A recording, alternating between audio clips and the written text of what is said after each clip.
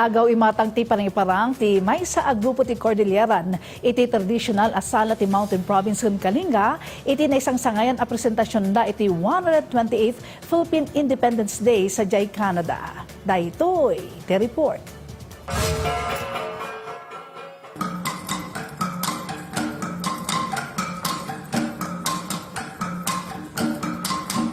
Kas iti kay papanan dagiti tradisyonal asala na arami dagiti performer ti Bibak Association of Manitoba Inc. nga alang iti atensyon ken maiparik na iti enerhiya daka dagiti nakiragragsak iti daytoy nga espesyal nga okasyon. Daytoy iti komemorasyon iti 128th Philippine Independence Day iti Philippine Heritage Council of Manitoba at dinarayan ken pinasutan dagiti Filipino community iti Canada. Nabiyag iti panagrugi iti programa ti selebrasyon iti paniparang ti grupo iti nalatak asala iti Bontoc Mountain Province ken Kalinga. Sigon iti presidente ti grupo ani Cesar Katag, doble ragsak pa iti presentasyon da iti balangbang dance, iti panagkipasat dagiti bisita iti sala, kas may sa komunidad, anak kaysa iti panagrambak iti napateg nga okasyon, iti patpatgen a pagilyan.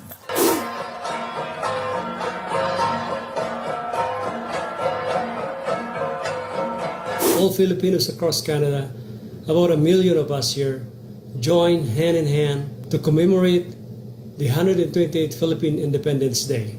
Ipampanakil na pa'y, akaadwan ka dagiti miyembro da ang nag-perform iti dua a traditional dances, kat dagiti agtutubo manibot iti first, second, kan third generation ti Igrot, iti Manitoba, kan Alberta.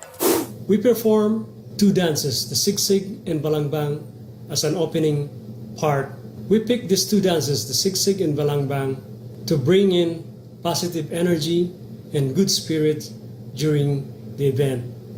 We're proud to be invited and perform during the event, as we want to educate the community and promote our culture and heritage.